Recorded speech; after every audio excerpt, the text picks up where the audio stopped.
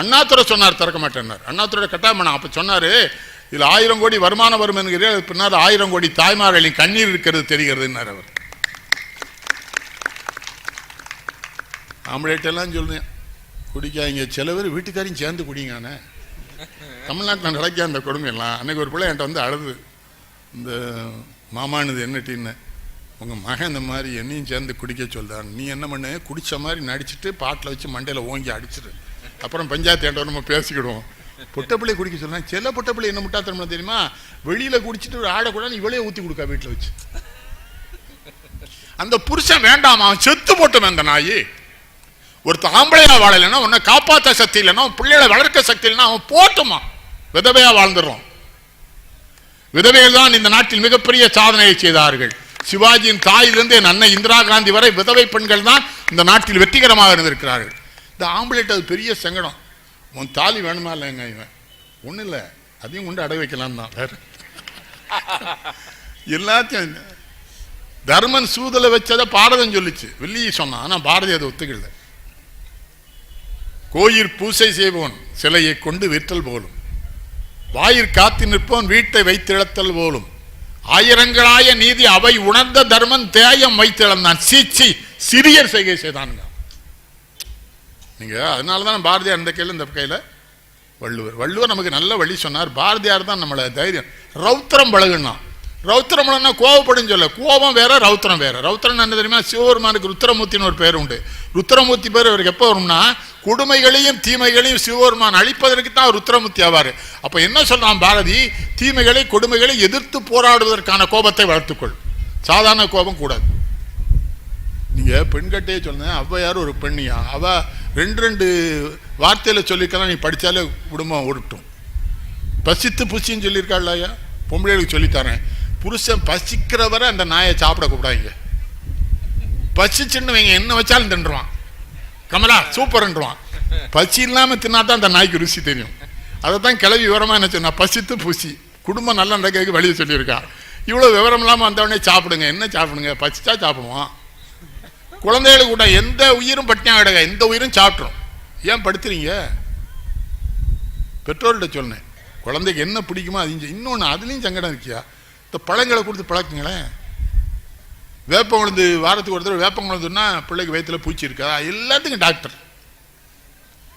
ஆனால் எல்லா ஊர்லேயும் ஆஸ்பத்திரி தான் தம்பி பெருசாக கட்டுதானுவோ பள்ளிக்கூடத்தை விட. அதுக்கு மல்டி ஸ்பெஷாலிட்டி ஹாஸ்பிட்டலாம், அதான் எல்லா மருத்துவரும் அதுக்குள்ளே இருக்கானா. ஒரு தடவை எங்கள் பயக்காட்டு தேவர் வந்தார். யாருன்னா நல்ல நினைச்சிருக்காருல கம்யூனிஸ்ட் பார்ட்டி, அவர் சித்தப்பா என்கிட்ட எங்கள் வீட்டில் வேலை பார்க்காரு வந்தார். என்ன தேவர், என்ன உடம்பு செல்ல டாக்டர்கிட்ட காட்டணும்னார். நான் ஹோமியோபதி மருந்து கொடுப்பேன், குணமாயிரும். இவன் நான் தாரேன் ஏன்னு, அந்த மாத்திரை என்ன விலைன்னார். 100 மாத்திரை 5 ரூபான்னு சாப்பிட மாட்டேங்கானே, ஒரு மாத்திரை 500 ரூபா தான் சாப்பிடணும்னு அவனை தயார் பண்ணிட்டான் விளங்கு மாய் அந்த நாடு. அப்போ நம்ம என்ன பண்ணோம், அந்த மல்டி ஸ்பெஷாலிட்டி கொண்டு அனுப்பிச்சிட்டேன், போயிட்டு வான்னு. கையில் பணம் இருக்காங்க, 10 ரூபா இருக்குன்னாரு. சரி போயிட்டு வா வேண்டேன். போயிருக்காரு. போயிட்டு சாயங்காலம் 6 மணிக்கு வந்து இங்கே கக்கா நிறைய பைலாக இருக்குது.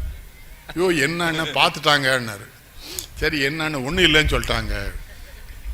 அப்படியா, சரி அதான் அந்த பையலாமா, ஆமாம். சரி ஊருக்கு போயிட்டு வரோம்னா, ஏன்ட்டியும் ஒன்றும் இல்லைன்னாரு.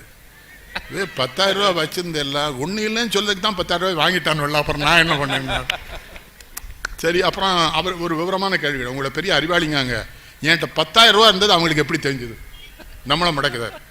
நான் என்ன பண்ண பதில் சொல்லேன், கிராமத்துக்காரன்.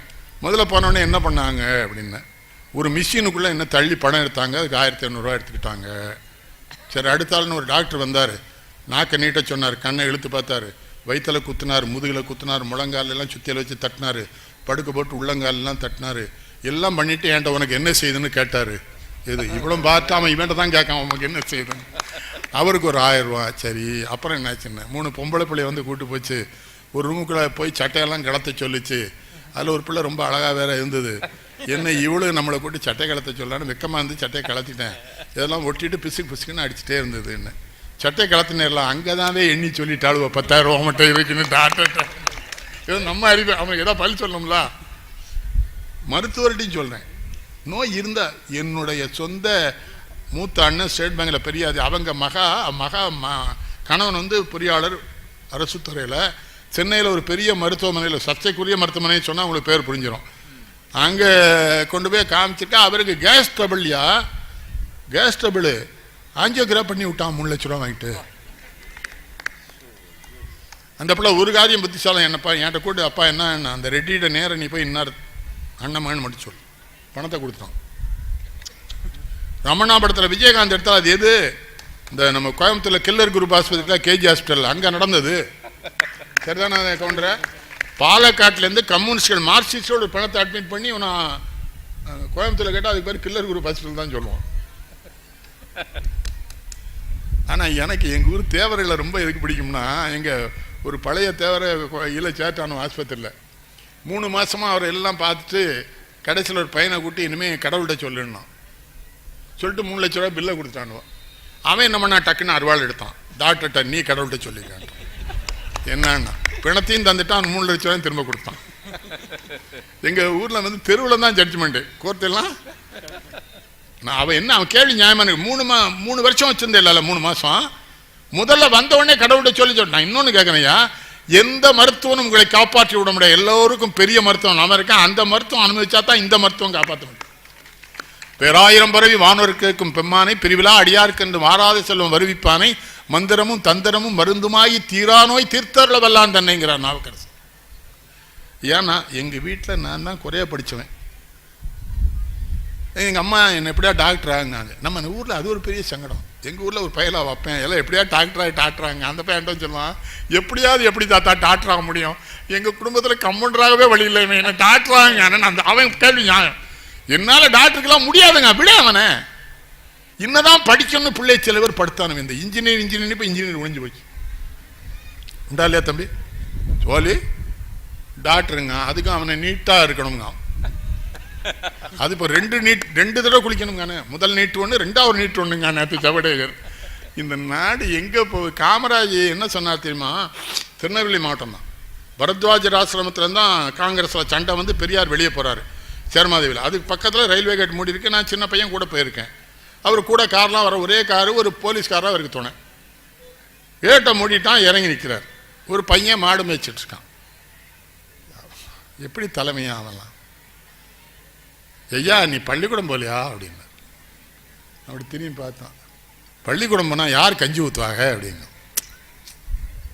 அவனுக்கு ஒரு முதலமைச்சர் இவர் காமராஜெல்லாம் தெரியாது. அவன் அவ்வளோ அறியாமையில் வறுமையில் இருக்கான். கஞ்சி ஊற்றுனா பள்ளிக்கூடம் போறியா, நீர் ஊற்ற போறீரு போயா அப்படின்ட்டான். ஒன்றும் கிடையாது. தம்பி மாதிரி ஒரு சினிமா நடிச்சுன்னா அவர் அடையாளம் தெரியும் அவனுக்கு. அவர் ஜெயிலில் இருந்திருக்காரு 6 வருஷம் 7 வருஷம். உடனே சென்னைக்கு போனோன்னு NT சுந்தரவடியில் கூட்டி சொன்னார், இந்த ஏழை பயிர்களுக்கு சோறு பட்டா பள்ளியிடம் வரும் போல தெரியுது, ஒரு நேரம் சோறு போடுறதுக்கு எவ்வளோ கணக்குனா 2 அண்ணா ஒரு பையனுக்கு. அப்போ நிதியமைச்சர் சி சுப்பிரமணியம் ராஜாஜி ஆள், காங்கிரஸில் இருந்தாலும். காங்கிரஸ் அப்படித்தானே விளங்கா போச்சு, 7 குரூப் இருப்பானுவா. நான் தான் உள்ளே இருந்து பார்த்துருக்கேன் 50 வருஷமா. அப்போ அவர் சி சுப்பிரமணியம் என்ன சொல்லார் காமராஜ்கிட்ட, நீதித்துறையிலேருந்து இலவசத்துக்கெல்லாம் பணம் தர மாட்டேன்னு. பெருந்தலைவர் காமராஜ் என்ன சொன்னா தெரியுமா? ஏழை பிள்ளைகளுக்கு சோறு போடுறதுக்காக நான் ஊரில் போய் நான் பிச்சை எடுத்து போடுறேன்டான்னு சொன்னாயா. அவனை தோக்கடிச்சிங்கண்ணா, நீங்க விளங்கு வேணா, இந்த தமிழ்நாடு விளங்க மாடா, அவனை தோக்கடிச்சிங்க. 1 ரூபாய்க்கு 1 படி அரிசி, நிச்சயம் 1 படி, லட்சியம் 3 படின்னா பொய்யாத்தானே சொன்னான்வா. பெரியார் எடுத்து சொன்னாரா, எல்லாம் விவசாயிகள் இத்தனை இருக்கான், நிலம் இவ்வளவுதான் விளைவிக்க முடியும், இவ்வளவு செலவாகும், 1 ரூபாய்க்கெல்லாம் கொடுக்க முடியாது. யார் கேட்டிய? பொய் சொன்னா நல்ல. அதான் அவன் அதிவீரா பாண்டியன் பாடியிருக்கான், பொய்யுடைய வரைவன் சொல்லலொன்மையினால் மெய்போலுமே மெய்போலுமே. பொய்யே பேசுற ஒருத்தன் சொல்லுகிற வன்மையினால பொய்ய மெய்யாக்கிறான்டா அந்த நாட்டில். எப்பவுமே சொல்லிட்டான் இவங்க வருவாங்க. காமராஜன் ஒரு கவிஞர் இருந்தால அவங்க சினிமாவில் இருந்தான். அவன் நான் தான் கம்பெனி வேறு சொல்லலாம், ஒரு மென்டல். அவன் அது ஒரு பக்கம் வச்சுக்கிட்டோமே. அவன் வந்து காமராஜ் ஏற்று பேசுவாரான் தேர்தலில். இவனுக்கு வால்போஸ் அடிச்சு ஓட்டியிருக்கான், படித்த காமராஜர் படிக்காத காமராஜ் ஏற்று பேச வருகிறார்னு. பெரியார் மறுநாள் விருதுநெல்லில் பேசுறார். அவர் சொன்னார், படிக்க முடியாமல் அந்த காமராஜ் பயலை படிக்க வைத்ததனால் படிக்க வைத்த காமராஜை தோற்க அந்த படித்த காமராஜ் நாய் வந்திருக்கிறான். ஒரு கிழவன் தான் கிடந்தார், எந்த தைரியமா சொல்ல. எனக்கு அவர்கிட்ட பல விஷயங்களை மேற்படணும், சில விஷயம் நல்லது. என்னையா கடவுள் இல்லைங்கிறீங்கன்னு அவர் சொன்னார். நான் சொல்ல தம்பின்ட்டார். நான் சொன்னேன், என்னையா நீங்கள் சொல்லுங்கிறீங்க? இல்லை தம்பி, இந்துக்களும் முஸ்லீம்களும் சேர்ந்து இந்து கடவுள் இல்லைன்னா கேட்டலாம். அப்போ கிறிஸ்தவர்களும் இந்துக்களும் சேர்ந்து முஸ்லீம் கடவுள் அப்படி 3 பேரும் ஒருத்தர் இல்லைன்னா அதெல்லாம் ஒருத்தனை கேட்க. நான் மொத்தமாக சொன்னால் என்ன மட்டும் ஏசுறானே என்ன, அவர் விவரம் சரிதானே.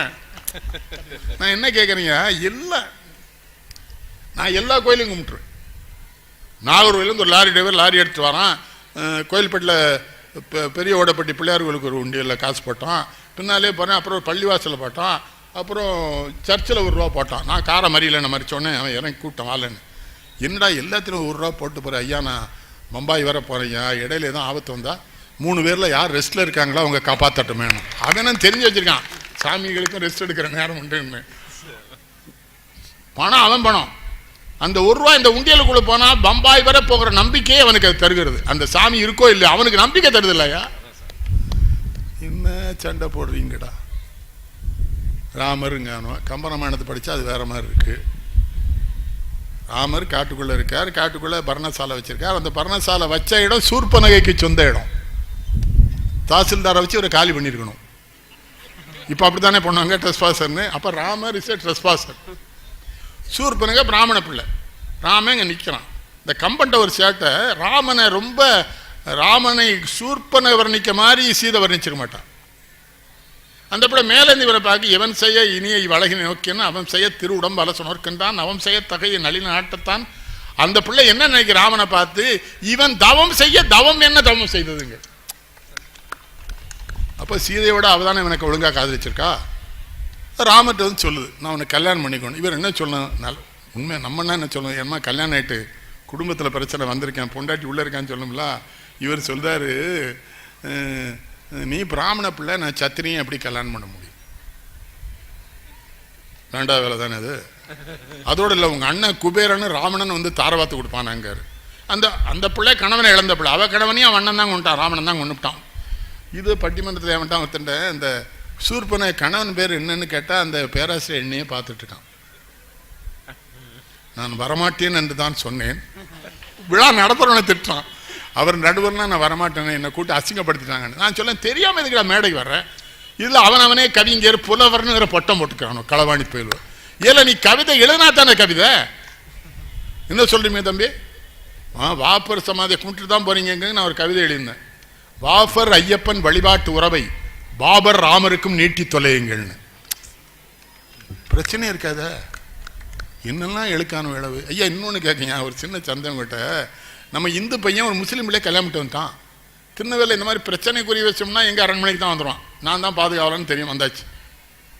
இருந்தாலும் நம்ம ஆளுக்கெல்லாம் வந்து ரொம்ப கோவப்படுதானோ. இந்த முஸ்லீம் பிள்ளை கெட்டு வந்துட்டான்னு வச்சுட்டான். நானும் கூட பெரிய தப்புன்ட்டான் போல நினைச்சேன். 10ஆம் மாதத்தில் குழந்தை பிறந்துட்டியா?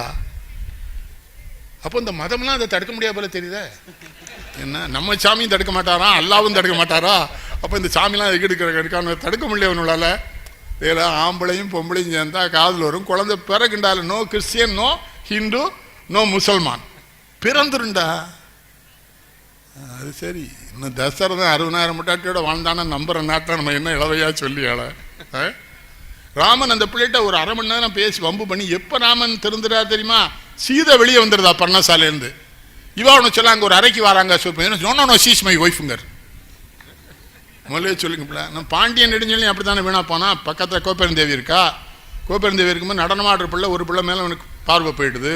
பொண்டாட்டி பக்கத்தில் வச்சு உங்களுக்கு ஆம்பளைக்கெல்லாம் சொன்னேன், பொண்டாட்டி ஏன் நீங்கள் வெளியே கூட்டு போக மாட்டீங்கன்னு எனக்கு தெரியுது. போகும்போது எவ்வளையா பார்ப்பே, அவளுக்கு தான் முதல்ல தெரியாது. நீங்கள் பார்த்த விஷயம் பார்த்த பிள்ளை கூட தெரியாது, பொண்டாட்டி தெரிஞ்சிடும். இந்த நாய் நம்மளை கூப்பிட்டு வந்து அவளை பார்த்து பாரான்னு வீட்டுக்குள்ளே போனே கொண்டுருவா அவங்கள. அதுதான் அவனுக்கு பாண்டியன் நடந்தது. கோப்பெருந்தேவி பக்கத்தில் இருக்க ஒரு பிள்ளை பார்க்கான்னா அவள் இறங்கி போயிட்டா. தலைநோய் வர்த்தி தன்மையில் குலமுதல் தேவி கோவில். அவள் எனக்கு தலைவலிக்குன்னு இறங்கி போனான். இவன் தடுக்க போனால் அந்த நேரத்தில் தான் கோவலனை கொண்ட சிலம்பு கொண்டாருன்னா. படிங்க சிலப்பதிகாரம் எங்கே படிக்கும்? சிலம்பு என்ன சொல்லி இருக்கிறது அதான். இந்த சத்தத்திலே வண்டியை ஓட்டானுயா. தமிழ்நாட்டில் 2 பேர் கூப்பாடு போட்டே தலைவன் ஆயிட்டானுவோ. அவ்வளோதான் சொல்லணும். அப்புறம் நீங்கள் புரிஞ்சுக்கணும். ஆனால் 2 பேரும் சண்டையை போட்டுக்கிட்டான். நீ தெலுங்காங்க, அவன் இவனை தமிழங்க. 2 பேரும் கூப்பாடு. விஷயமே கிடையாது. அவனை காதல் பண்ணாலே 7 ஊருக்கு தெரியும். ராமலட்சுமி நான் உன்னை காதல் செய்கிறேன்மா எல்லாருக்கும் தெரிஞ்சிடும். Oration is an art. பேச்சுக்கலை என்பது நினைத்தவுடன் கூட்டத்தை அழ வைக்க வேண்டும், கூட்டத்தை சிரிக்க வைக்கணும், நெகிழ வைக்கணும். தம்பி என் பேச்சு ஒன்று கேட்டு நெகிழ்ந்துட்டேன்னு சொல்லிச்சு வந்தவொடனே. அதான் என் பேச்சு. குப்பாடு போடுதானுங்களே. அது மட்டும் இல்லையா, நம்ம திருநெல்வேலி கூட்டத்தில் ட்ரம்பை எச்சரிக்கிறேனுங்க. ஆமாம், ட்ரம்ப் என்னமோ மதுரையில் இருக்க நாய்க்கு பிறந்த பையலே எல்லாம் அவன் எங்கே இருக்கான், நீ எங்கே இருக்க, திருநெல்வேலின்ட்டு ட்ரம்பை எப்படி எச்சரிக்க முடியும்? அவன் ஐயா ஒரு பட்டண தட்டம் அவெல்லாம் அழிஞ்சிடும். அதான் ட்ரம்ப். ஆனால் அந்த ட்ரம்பை வடகொரியாவில் கிம் ஆட்டிட்டானே. கிம்மை எவ்வளோ மிரட்டினான். கடைசியில் கிம்மை போய் ட்ரம்ப் சந்திச்சான். ஏன் சொல்லுங்க, காரணம் சொல்லுங்க. கிம் யாரு? அந்த இனம் என்ன இனம்? மங்கோலிய இனம். உலகத்திலேயே அதிகமான கிலோமீட்டர்களை வென்ற ஒரே மன்னன் செங்கிஸ்கான் என்கிற மங்கோலிய மன்னன் தான். ஜப்பானியர்கள் தென்கொரியா, வடகொரியா, சீனா பூரா மங்கோலிய இனம். சீனாட்டையெல்லாம் மோனா இந்தியாவில் பாதி எடுத்துருவானுங்க. பாகிஸ்தானை போட்டு மிதிக்கலாம், அது வேற விஷயம். இந்த பாகிஸ்தானை வச்சுக்கிட்டே பிழைச்சிக்கிட்டு இருக்கானுங்களே, எனக்கு புரியலையா? நான் ஒரு கவிதையில் எழுதணும், ஒசாமா பின் லாடனை ஒழித்து கட்டுங்கள், காஷ்மீர் பிரச்சனையை காப்பாற்றி வையுங்கள் போட்டு. காமராஜிட்ட நாங்கள்லாம் 67 தேர்தலில் போய் சொல்கிறோம், நம்ம இவ்வளோ நன்மையெல்லாம் செஞ்சுருக்கோம், ஏன் வால்போஸ் அடிச்சு ஓட்டணும் அப்படின்னு சொன்னவர் சொன்னார், மக்கள் வரி பணத்தில் என்னை முதலமைச்சர் ஆக்கணும், மக்கள் வரி பணத்தில் தான் எனக்கு சம்பளம் கொடுத்தாங்க, எம்எல்ஏக்கு சம்பளம் கொடுத்தாங்க, அவங்க வரி பணத்தை நாங்கள் எல்லாம் செலவழித்தோம், அவங்க வரி பணத்தை முறையாக செலவழிச்சோன்னு காக்கிறதுக்கு அவங்க வரி பணத்திலே நோட்டீஸ் அடிக்க நான் ஒத்துக்கிற மாட்டேன். அவர் குடியிருந்த வீடு வாடகை வீடு, ஒரு ஆந்திராக்காரர் வீடு. ஆந்திராக்காரர் பாராமச்சந்திரன் நெடுமாறன்ட்ட குமரேந்திரன் சொல்றாரு, வீட்டை வித்தாத்தான் பிள்ளைகள் கல்யாணம் பண்ணி. இவங்க சொல்லலை பெரியவற்றை. ஒரு நாள் அந்த ஆந்திராக்காரர் வாசல் பெரியவர் மாடியில் பார்த்து ராவ் மேலே வாங்கன்னு போயிட்டாரு. ஒரு பேரும் என்கிட்ட சொல்லியே ஒரே வாரம் உட்லண்ட்ஸ் ஹோட்டலில் போய் தங்கிட்டு வீட்டை கல்வி பண்ணி கொடுத்தாரு. ஆனால் அந்த வீட்டு படத்தை போட்டு ஏழை பங்காளர் காமராஜர் வாழுகிற பங்களாவை பாருன்னு சோரொட்டி விட்டானுங்க. என்னத்தை பண்ண? உங்கள் திருப்பூரில் தான், திருப்பூர் வின்சென்ட் அந்த காலத்தில் காங்கிரஸில் பெரிய பேச்சாளர், காமராஜுக்கு ரொம்ப பிடிக்கும் அந்த ஆளை. அவன் ஒரு போலீஸ் இன்ஸ்பெக்டர் அடிச்சிட்டான், தூக்கி ஜெயிலில் வச்சுட்டார் காமராஜ்.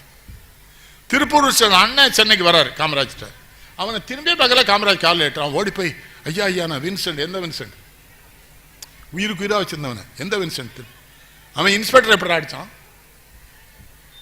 ஓ, அவர் காங்கிரஸ்ல இருந்தா, காங்கிரஸ் ஆட்சி இருந்தா எஸ்பி அடிப்பா, நான் பாட்டுக்குமா, அதுக்கு தான் நான் உள்துறை மந்திரியோட அவன் 6 மாசம் இருந்துட்டு வரட்டும்னாரு. வட்டத்தை கைது பண்ணா நகரம் வருது, நகரத்தை கைது பண்ணா மாவட்டம் வருது, ஒன்றியத்தை கைது பண்ணா நீ பெரிய அநியாயமா இருக்கா நாட்டில். உங்களுக்கு யோசிச்சு சொல்லுங்க. நீங்க இந்திரா காந்தியை கொண்டுட்டாங்க, ராஜீவ் காந்தியை பிரதமர் ஆணுங்கிறாங்க. இந்திரா காந்தி அம்மா சடலில் இருக்கு, அங்கே ஒரே கூட்டம். பாத்ரூம்குள்ளே சோனியா காந்தி ராஜீவ் காந்தி இழுத்து போய் கையை பிடிச்சி சொல்லுது, நான் உன்னை காதலிச்சு உனக்காக வந்தேன், உன்னை நான் இழக்க தயாரில்லை, இந்த பதவி வேண்டாம்னு சொல்லுங்க. ராஜீவ் காந்தி சொல்கிறான், இந்த நாட்டு மக்கள்கிட்டேருந்து பிரிந்து போகிற மாதிரி என் குடும்பம் படைக்கப்படலை, இந்த நாட்டு மக்களுக்காக நான் இறந்து போக வேண்டும்னால இறந்து தான் போவேன் சோனியா, பொறுத்து கொண்டு அந்த பதவிக்கு வந்தான். பொய்யா சொல்றான் உலையா. இன்னும் பாருங்க, தமிழர்கள் வில்லோடும் வாளோடும் பிறந்தவர்களுங்க. அப்போ பிறக்கும் போதே காட்டு மிராண்டி பயிலோட பிறந்திருக்கு. இந்த பொய்லாம் பொய், தமிழன்லாம் இதெல்லாம் சொல்லாத. நான் என்ன கேட்கேன், இல்லை வில்லு வேலோட ஒரு குழந்தை வயிற்றுக்குள்ளேருந்து வர முடியுமால? சிசேரியன் பண்ணி கூட எடுக்க முடியாடா, அது பயிலோடா. அப்புறம் பாசறை, வில்லு வேலு, இமயத்தை வென்றவர்கள் நாங்கள் என்னைக்குல. அவன் 3000 ஆண்டுக்கு முன்னால் ஜெயிச்சிருக்கேன். இன்னும் மறைவாக நமக்குள்ளே பழங்கதைகள் பேசுதல் ஒரு மகிமை இல்லைங்க பாருங்க. பழசே சொல்ல, நீங்க தான் செய்யுங்க.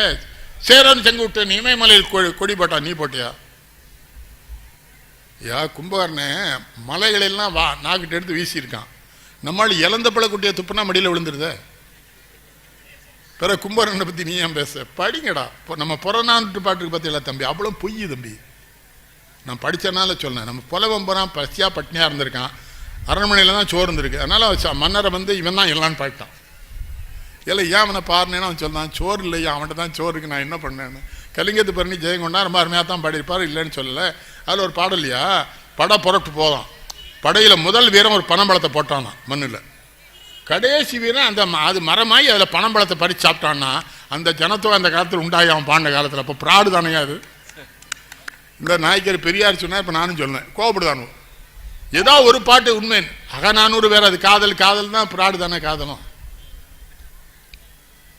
எந்த பையா காதலிக்கான என்ன கேட்கேன், பத்திரிகைக்காரன் செய்தி போடுறது பாருங்க, காதலியே பலருக்கு விருந்தையில, பலருக்கு அவளை விருந்தாக்கிட்டானா அவன் எப்படா அவளை காதலிச்சிருப்பான்? அவளை காதலிச்சிருந்தா இவனை தொட்டா அவனை கொல்லணும்டா, காதலிச்சன்னு போடாத பத்திரிகையில். ஏழை பெண்ணை ஏமாற்றி எல்லாருக்கும் விருந்தளித்த ஒரு அயோக்கியன்னு போடு. ஆனால் காதலித்த பெண்ணை அறிவு இருக்கா? யோ, பத்திரிகைக்கார பிள்ளைக்கு சுதந்திரம் எப்படி வந்தனே தெரியாம பழைய நிருபராக இருக்கான். ஏட்டங்கண்ணே ஒருத்தன் கேட்டான், இந்தியாவுக்கு சுதந்திரம் இப்படி ஒரு 10-15 வருஷம் இருக்குமான்னா, 5 வருஷம் தாண்டா ஆச்சு. அதுக்கு தான் நான் என்ன சொல்லுவேன், இவன் நிருபர், இவனை என்கிட்ட பேட்டிக்கு அனுப்புறான், அந்த பத்திரிகை கூட்டம் இனிமேல் எவனே எங்கள் பங்களாக்கு அனுப்பிச்சா நான் அப்புறம் அவுத்து விட்டுருவேன். நிருபர் உயிரோட வர மாட்டான். என்னெல்லாம் அனுப்புறியா? கேள்வி கேட்க தெரியுதா? நான் சொல்றேன், தமிழ் நமக்கு என்ன காமிச்சிருக்குன்னா எல்லாத்தையும் அனுப்பார். எங்கள் தந்தையார் தமிழில் பெரிய ஆள், எல்லாரும் அவங்ககிட்ட கடைசியாக ஒரு தடவை கேட்டேன், எதுப்பா உலகத்தில் சிறந்த மொழின்னா அன்பு தான்டான்னு. நான் இங்கிலாந்துக்கு போயிருக்கேன். அந்த லண்டனில் ஒரு கிழவர் அந்த பல்பொருள் அங்காடியில் வந்து வண்டியை தள்ளி பார்க்குறாரு, முடியல. நான் போய் வண்டியை தள்ளி கொண்டு வெளியே விட்டேன். அவர் உடனே கேட்டா, ஆர் யூ ஃப்ரம் இந்தியா? நீ இந்தியாக்காரனாரு. என்ன இந்தியாக்காரன் தான் உதவ மாத்தவனுக்கு, மற்றவன் உதவ மாட்டான்னாரு. என்னால் முடிஞ்ச பெருமைங்க. எந்த நாட்டுக்கு போனாலும் வேற எந்த தலைவர் காந்தி தான் கேட்பாங்க. மறந்து விடாதீர்கள். நீங்கள் மகாத்மா காந்தி நற்பணி மன்றம் வச்சா உங்க மேல எனக்கு என்ன பெருமை தெரியுமா? பெர்னாட் ஷானால உலகத்தின் மிகப்பெரிய ஆங்கில எழுத்தாளர். அவன் சொன்னான் ஒரு தடவை, நான் கிறிஸ்தவன் தான், ஆனா நான் இயேசு கிறிஸ்துவை நம்பவே இல்லை. ஆனா அந்த காந்தியை பார்த்ததுக்கு அப்புறம் தான் நான் இயேசு கிறிஸ்துவ நம்பினேங்கிறான். காந்தி என்கிற ஒரு மனிதனை பார்த்த பிறகுதான் இயேசு என்று ஒருவர் இருந்திருப்பான் நம்பினேன் அவன் சொல்லியிருக்கான். சுட்டுட்டேளா அவனையும்? நல்ல வேளை சுட்டானு இல்ல, அவரு நின்று அவருக்கு எதிரே ஜெயபிரதாவை நிறுத்தி அவருக்கு டெபாசிட்ல காலி பண்ணிடுவாங்க. நம்ம நாட்டில் முட்டா போயிருப்பாங்க. ஓட்டு என்னன்னே தெரியல இல்லையா நம்ம மக்களுக்கு. ஒரு நிமிஷம் பட்டணம் தட்ட போற 5 வருஷ வாழ்க்கைன்னு பல முட்டாள். 5 வருஷம் இல்லடா, எதிர்கால வாழ்க்கை அனைத்து மேல பாழ்பட்டு போம். பார்த்து போகணும்ல. நல்லெண்ணெய் நாச்சியை கோயம்புத்தூர் கொண்டு நிறுத்தினா சிபி ராதாசன் தான் ஜெயிச்சான். என்னன்னு கேட்டான், அவர் தான் இங்கே கவுண்டருங்கானுவா. அதுக்கு நான் என்ன கவுண்டர் கொடுக்க? அவன் ஜாதியை சொல்லிட்டானே. நல்லெண்ணெய் எவ்வளோ பெரிய தாகி, எங்க ஒரு ஆளு, எங்க ஆளு அவர் நல்லவர். இரவு ஒரு வாழைப்பழம் 2 கடலை மிட்டாய் நின்று படுத்துருவார். கார் அனுப்புறேன் என்னாச்சு? இல்லை தம்பி, பஸ்ஸில் போயிருவேன், பாஸ் இருக்கும்போது. மதுரை கூட்டத்தில் காமராஜ் இருக்கும்போது, காமராஜ் ரொம்ப போனதுறான், கக்கன்னு இருக்காரு. காமராஜ் சொன்னார், டே பிள்ளை குட்டியோட இருக்கா, ஒரு ஏழை சமுதாயத்திலேருந்து வந்தவன், போலீஸ் மந்திரியா இருந்து நேர்மையாக இருக்கான், கக்கன் அவனை பாராட்டுங்கடா, என்ன ஏண்டா பாரு பிள்ளை குழி இல்லாத பையலன்னார். இப்போ தன்னை மட்டும்தான் நான் பாராட்டணுங்க அனுவா. நியாயமாக பாராட்டினா ஒத்துக்கலாம், பொய்யா பாராட்டினா 6 புத்தகம் எழுதுனேன்னு சொன்னால் 6 புத்தகம் வேற ஒருத்தன் எழுதி கொடுத்தேன்னு எனக்கு தெரிஞ்சு தொல்லை தான். நான் என்ன பண்ணேன்? என்னையா புரியலையா அவங்ககிட்ட? தமிழர்கிட்ட கேங்க. நம்ம தான் உலகத்திலே பெரிய அறிவியல், நம்ம தான் சேர்ந்தவங்க, வெள்ளைக்காரன்னு சொல்கிறான். அதெல்லாம் நம்ம ஏன் நாம இல்லை? முதல்ல நம்ம நாம இருக்கணும். சில வீட்டில் இதெல்லாம் மாப்பிள்ளை யாருக்கு ஓட்டு போட பாருன்னு உங்கள் தங்கச்சியை கேட்டுக்கிட்டு தாங்க. நான் அவளுக்கு தெரியாம அவன் இல்லை ரகசிய ஓட்டு அவன் ஒன்று நல்லா பண்ண போகிறான் இப்படிலாம் சொல்லான்னு பாருங்க. சில பேர் வெயில் ரொம்ப அடிக்கணிக்க சாயங்காலம் வரணும். இதில் ஓட்டில் விடிய கிழமை போய் போட்டுருந்தலாம் போக மாட்டேக்கானுங்களே. ஒரு வீட்டுக்கு போனேன், மாமா அது கந்தூரி மொத்தமாக பிரியாணி பங்கியிருக்காங்க, சாப்பிட்டுட்டு வரேங்க. இதில் மொத்தமாக பிரியாணி ஆகிரும் வாழ்க்கை எதிர்காலத்தில் உன் பிள்ளை இல்லைன்னா ஓட்டை போடுங்கடா. போட மாட்டேக்கானே. ஐயோ, எம்பி ஆனவன் 12 பேர் செல்லாத ஓட்டு போட்டால் நம்ம நாடு விளங்குமா? ஜனாதிபதி தேர்தலில் ஓட்டு போட்டுதான் 12 பேர் ஓட்டு செல்லாத ஓட்டு. ஆனால் எம்ஏபிஎல் பட்டம் போட்டிருக்கான். அப்படின்னா எப்படான்னா அதான் அந்த பர்ச்சேசி. ஏன்டே ஒரு தடவை மதுரையில் ஒருத்தன் கூட்டு போனான். ஆமாம் பட்டமாக வச்சுருக்கான், மைதிலி யூனிவர்சிட்டின்னு பேர் வச்சுருக்கான். அது அரசரடியில். எம்காம் வந்து 4000 ரூபாயா, பிகாம் 2000 ரூபா தான். எது என்ன 2 பட்டிமன்ற பேராசிரியர் ஐயா வாங்கன்னு கூட்டு நான் ஒன்றும் சொல்ல வந்துட்டேன். ராத்திரி ஜான்சி ராணி பார்க்கில் காங்கிரஸ் கூட்டம், எஸ்பிலாம் வந்திருக்காரு. சிரிச்சே சொன்னேன், எஸ்பி எதுக்கு இங்கே வந்து நிற்காக? அங்கே ஒருத்தன் அரசரடியில் பட்டம் வித்துக்கிட்டு இருக்கான், அதை போய் பாருன்னா நாள்கிட்ட அரெஸ்ட் பண்ணிட்டானு. உடனே ஒருத்தன் சொன்னா, அவன் எவ்வளோ முட்டாளாக இருக்கான் படித்தான். அவர் பிழைப்ப இல்லை, அவன் பல பேர் பிழைப்பில் மண்ணள்ளி போட்டுருக்கான்டா திருட்டு பைய. அவன் பிழைப்பில் மண்ணள்ளி போட்டு நான் கேட்கலாம், அவர் படித்த பைய. நான் ஒன்றும் கேட்கல. அரசியல்வாதிகளை மட்டும் திட்டாதீங்க, நான் ஒத்துக்கவே மாட்டேன். எந்த கட்சினாலும் கட்சியே திட்டாதீங்க. படிச்சவன் பூரா தாசில்தாரா இருக்க, கலெக்டரா இருக்க, போலீஸ்காரன், நீ ஒழுக்கமா இருடா. எந்த நாய் எங்க போனா உனக்கு என்ன? ஒரு இன்ஸ்பெக்டர் மாத்தினா அடுத்து வர இன்ஸ்பெக்டர் நேர்மையானவானா? எத்தனை பேரடா மாத்துவான் அரசியல்வாதி? ஒரு ஏட்டையா நினைச்சா எஸ்பி மாத்திருந்தானே. என்ன மினிஸ்டருக்கு வேண்டியது போனா சர்வீஸ் அண்ட் சப்ளை. போலீஸ்காரன் சொன்னா அவனை எஸ்பி மினிஸ்டர் மாத்தினா மினிஸ்டர் இவங்கன்னா அவனை கரெக்ட் பண்றானுங்க. ஐயா, ரேஷன் கடையில் கியூவில் நிற்கிறிய, அவன் 100 கிராம் ஜீனி குறைய போடுவான். ஒருத்தரும் கேட்கல, எவனோ ஒருத்தன் கேட்குறான் 100 கிராம் குறைய இருக்குன்னு. அவனாவது கேட்கான், நீ அது இல்லை இவனு செய்ய. அவன் எப்படித்தான் ஐயா எங்கே வந்தாலும் வம்பு பண்ணுவான், எனக்கு போடுங்க. இந்த நாடு விளங்குமா? ஏலோ உனக்கு தான் வாய் இல்லை, ஒரு வேலுக்கு வாய் இருக்கு. அவன் கூட சேர்ந்து எல்லாரும் சத்தம் பண்ணுங்களேன். இல்லையே, காமராஜ் நாடாயா இது? ஒரு கிராமத்துக்கு, எங்கள் பக்கத்தில் ஒரு கிராமத்துக்குள்ளே காமராஜ் முதலமைச்சர் 1965 போயிருக்கோம். அவர் இருக்கார். அந்த ஊரில் வேற ஒரு பெரிய ஜாதிக்காரங்க இருக்கான், மரட்டு ஜாதிக்காரங்க. அந்த ஜாதி பொம்பளை விட்டு இவரை அவமானப்படுத்தணும் அனுப்புகிறாங்க.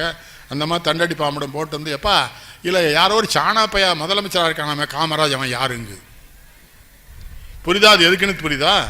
காமராஜ் எந்திரிச்சு கும்பிட்டார், நான் தாமா அந்த சாணப்ப அப்படின்னு. எனக்கு கோவம் வருது, சின்ன வயசு நம்ம கோவம் வருது. எம்பி ஆர்எஸ்ஆர்மும் இருக்காங்க. அப்புறம் எல்லாம் முடிச்சுட்டு வண்டி கிளம்பி வெளியே வர்றோம். எங்கள் ஊருக்கிட்ட வரும்போது என்னை திரும்பி பார்த்தாரு, உனக்கு கோவம் வந்திருக்குமே அப்படின்னாரு. ஏன் ஒன்றும் கேட்கல, நீங்கள் ஏதோ பண்ணுறீங்க அர்த்தம் இருக்கும்னு. இல்லைன்னே நான் பதில் சொல்லணும், நீ கோவப்படணும், சண்டை வரணும், அங்கே ஒரு பெரிய வெட்டு குத்து கிளவர் உண்டு பண்ணு தானே அந்த கிராமத்துக்கான அனுப்பிச்சிருக்கான், அதுக்கு நம்ம ஏன் இடம் கொடுக்கணும்னாரு. நான் சாணான் தானே, சாணாத்தானே சாணான்னா உனக்கு என்ன வருத்தம்னாரு. பேசியே ஏமாத்தானு, புரியுற மாதிரியும் பேச மாட்டான். இன்றைக்கு 1500 ஆண்டு இருக்கு ஒப்பம் செத்தோம். பொய் பொய் பொய் பிராடு. ஏல இன்னைக்கு சொல்லு, இன்னைக்கு சொல்லு ஐயா. பில்கேட்ஸ் சொல்றான், இந்தியாவில் படித்த அந்த பொறியியல் படித்த மாணவர்கள் இங்கே இல்லை என்றால் நான் என்னுடைய நிறுவனத்தை இந்தியாவிற்கு மாற்றி விடுவேன். நேரு இந்திரா காந்தி எல்லாம் வந்திருக்க மாட்டா. ராஜீவ்காந்தி தானே அந்த இன்டர்நெட்டு இந்த டெலிஃபோன் அவன் தானே கொண்டு வந்தான், அவனையும் கொண்டு விட்டியல. ஆனால் உண்மையா நான் அப்போவே இந்திரா காந்தி சொன்னேன், சஞ்சய் காந்தி தான் பிரதமராக இருக்கணும். இவர் வேணா இந்த ஆள் நல்லவர். சஞ்சய் காந்தி டிசிஷன் நல்ல விவசாயி, அவன் களையை பிடிங்கிடுவான். நல்ல விவசாயி களையை பிடிக்கணும்ல ஐயா. இவன் விவசாயமே தெரியாமல் போய் களையும் பச்சாத்தான் இருக்கு, பயிரும் விவசாயிக்கு தான். அதான் சஞ்சய் காந்தி.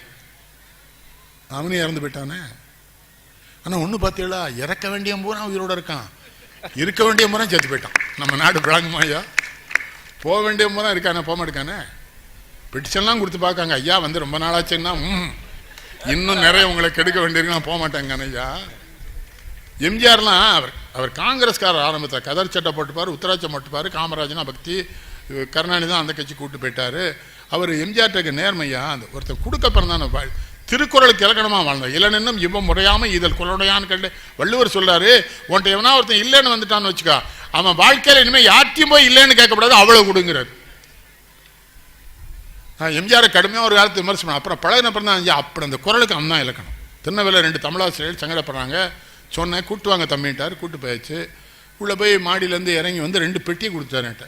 அவருக்கு ஒன்று இவருக்கு ஒன்று. கொஞ்சம் தள்ளி வந்து பார்த்தா ஒவ்வொரு பெட்டியிலும் 20 லட்ச ரூபா இருக்குது. வாத்தியார்கிட்ட கேட்டு பார்த்தா செத்து போயிடுவாங்க அதிர்ச்சியில். அப்புறம் நான் அவங்களை உதவி செஞ்சு மறந்து பாடியாக கொண்டு போக முடியும். ஏரோப்ளேன் எடுத்து ஊருக்கு கொண்டு போயிட்டேன். தென்காசி கிட்ட ஒரு கிராமம், முதல்ல அவரை கூப்பிட்டு போனேன். வீட்டுக்குள்ளே நுழையக்குள்ள அவர் மனைவி வந்து சொல்லுது, இந்த வீட்டை நம்ம பேர்லேயே ரிஜிஸ்டர் பண்ணி தாசில்தார் சர்டிஃபிகேட் கொடுத்துட்டு போனார். என்னன்னு கேட்டால், முதலமைச்சர் உங்கள் பேரில் வாங்கி கொடுக்க சொன்னார்னு. அந்த வீட்லையும் அது எவையா செய்வான், மெட்ராஸில் இருந்துட்டு அவன் எங்கே போய் வாழ்கிறான், அந்த வீட்டையும் வாங்கி கொடுத்து அவனுக்கு 20 லட்ச ரூபா பணம்னா அவன் அதனால தான் உயிரோடு இருக்கான். பாரி வள்ளல் செத்துட்டானா, கடையேழு வள்ளல் செத்துட்டார்களா, ஔவையார் வள்ளுவர் உயிரோடு இருக்காங்களா, பாரதி செத்தா போனா சில பேர் உயிரோடு வந்து செத்து போயிடுவான் தானே வள்ளுவர் சொல்லாரு. அந்த பணம் தான் நிறைய இருக்குங்கார் நம்மகிட்ட. நமக்கு அகற்றவும் தெரியல, தீ வைக்கவும் தெரியல, புதைக்கவும் தெரியல. நீங்கள் தமிழர்கள்னு இது பேர் நம்ம பெருமை. வள்ளுவனை பெருமை பாடுறதுக்கு வச்சுக்கூடாது, வள்ளுவனை வழிகாட்டுறதுக்கு வச்சுக்கணும். நான் வள்ளுவன்ட்ட படித்து என்ன தெரியுமா, நான் என்னால் முடிஞ்ச அளவு ஒரு 25 பையங்க படிக்கிறாங்க. மெடிக்கலில் படிக்கிறான், இன்ஜினியரிங் படிக்கிறான், இல்லை. அவன் நேரத்துக்கு என்கிட்ட காசு இருக்கணும். அவனை அனுப்புறவனே சொல்லலாம், நீ போகும்போது ஐயாட்ட காசு இருக்கணும். அவள் என்ன அதுலேயும் சங்கடமாக இருக்கியா, அப்பா மாட்ட பணத்தை கொடுத்தா குடிச்சிட்டுங்க மலர்ந்துருதான். அப்புறம் தான் எல்லா பையனுக்கும் பள்ளிக்கூடத்தில் ஆன்லைன் நம்பரை வாங்கி நான் நேரே அனுப்பிச்சிடு. எனக்கு நானும் உதவுறேன், எனக்கு உதவுறதுக்கு பிள்ளைகள் இருக்கான் உலகம் போகிறான். ஒருத்தன் முஸ்தபான்னு ஒரு பிள்ளை குவைத்திலேருந்து எனக்கு எழுதுனா, பாப்பா நான் தினசரி துவா பண்ணும்போது என் ஆயுசில் 20 வருஷம் உங்களுக்கு கொடுக்கணும் துவா பண்ணேன்னு. அவனுக்கு பதில் சொன்னேன், நீ நல்ல முஸ்லீம் இல்லை, உனக்கு தெரியல. அவர்கிட்ட அல்லாஹ் அதெல்லாம் கேட்க முடியாது, அவர் போட்ட திட்டம் தான் அது திட்டம் இருக்கும். உன் வாழ்நாள் உனக்கு, என் வாழ்நாள் எனக்குடா. அதெல்லாம் இந்த இவங்க வந்து பொய்யா சொல்லி கொடுத்தான பற்றியலா பேசுறது கேட்டுங்களா. நான் உங்களுக்கு கூறிக்கொள்ள கடமைப்பட்டிருக்கிறேன் என்பதனை, தெரிவித்துக் கொள்ள ஆசைப்பட்டிருக்கிறேன் என்பதனை, அறிவித்துக் கொள்ள உரிமைப்பட்டிருக்கிறேன். என்னல சொல்லுத, என்னல இப்படியே ஓட்டான் விட வேண்டிய. காமராஜ் நேரடியாக பேசுவார். PL 480ன்னு கோதுமையை கொண்டு இந்தியாவில் இறக்கி இந்தியாவின் பொருளாதாரத்தை சுரண்ட அமெரிக்கா பார்க்கும்போது அகில இந்திய காங்கிரஸ் தலைவர் சென்னையில் கடற்கரை கூட்டத்தில் சொன்னார், அமெரிக்கா வந்து இந்தியாவை சுரண்ட நான் ஒருபோதும் அனுமதிக்க மாட்டேன். எல்லா மொழியும் படிப்பார், பேசுவார். அவருக்கு பகட்டு தெரியாது. இவனை கேட்டான், காமராஜர் என்ன மெத்த படித்தவரா? ஆமாடா, ஏழைக்கு பசிக்கொன்னு படித்தவன் படிப்பாளி தானே, அதான்டா படிப்பா தானே வள்ளுவன் சொல்லலாம், அதான் படிப்புன்னு. அந்த அறிவு அவர்கிட்ட இருந்தது.